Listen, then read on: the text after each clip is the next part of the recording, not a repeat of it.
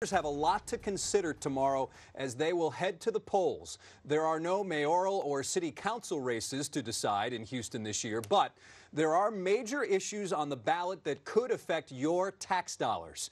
Houston voters will decide on a $1 billion pension bond issue. It's part of a plan now to fix the city's financially ailing retirement systems. 7 local school districts are also seeking money for school improvements. Those total more than $2 billion combined.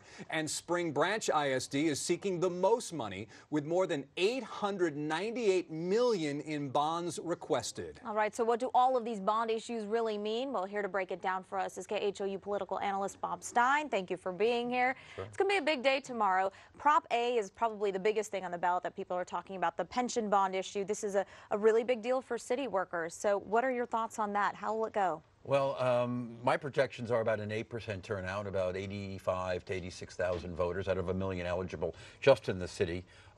That's not a very heavy turnout. More importantly, over half that vote's already been cast. It looks like about 55% of the vote has been cast early in person or by mail.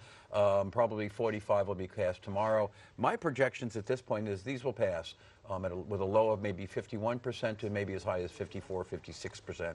What's interesting about this also is that all of these bonds, not only the pension bonds, Spring Branch as it was reported, and also of course the other 4 that the city, were all adopted before Hurricane Harvey. So a lot of voters are, of course, suffering still from being displaced, flooded, lost property and cars, and they're wondering how these bonds are going to help deal with the repairs and the infrastructure problems. The simple fact of the matter is they were not anticipated. They didn't know about Harvey. They were on the ballot long before that. Spring Branch has almost $1 billion worth on of bond authorization. And that was an area that was hit hard. Very hard. So we're a little concerned, if you're a supporter of these bonds, like the mayor is, that voters may simply be a little weary and looking for some kind of relief from Harvey and not the problems that had preceded Harvey. They're only worse now. And people shouldn't be confused when they get to the polls. Yeah, they should recognize that some of the pension bonds are separate. They become critically important. Should they not pass, the city's financial situation, I think, would be worsened. I think it would not be a mistake to say the city would be laying off workers and they would not be doing a lot of capital improvements. Wow. But the other bonds, the other ones for parks and libraries and for emergency personnel and equipment, excuse me, not personnel, but equipment, directly address some of the infrastructure problems. Let's talk about voter turnout, though. We're not electing a new mayor, no city council members. So what do you expect for tomorrow? You said more people have voted already, early voting. Yeah, early voting's high. It's about 59,000. But the important point here is that we're not going to break 10%. We'll barely get to 8.5%.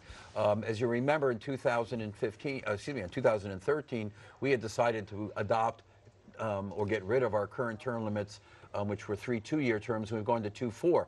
Normally, we'd be voting for mayor, city council, and controller. Yes. That would bring out a lot of turnout. The only candidate races in the city of Houston are for school boards. There are 5, almost half of, a little bit more than half of the Houston Independent School District board members are up, but they don't draw a lot of voters. So you're going to be getting almost $2 billion worth of bond authorizations voted on by less than 10% of the voters. Very small number of people. Very small. All right, Bob Stein, thank you so much. We appreciate you being here.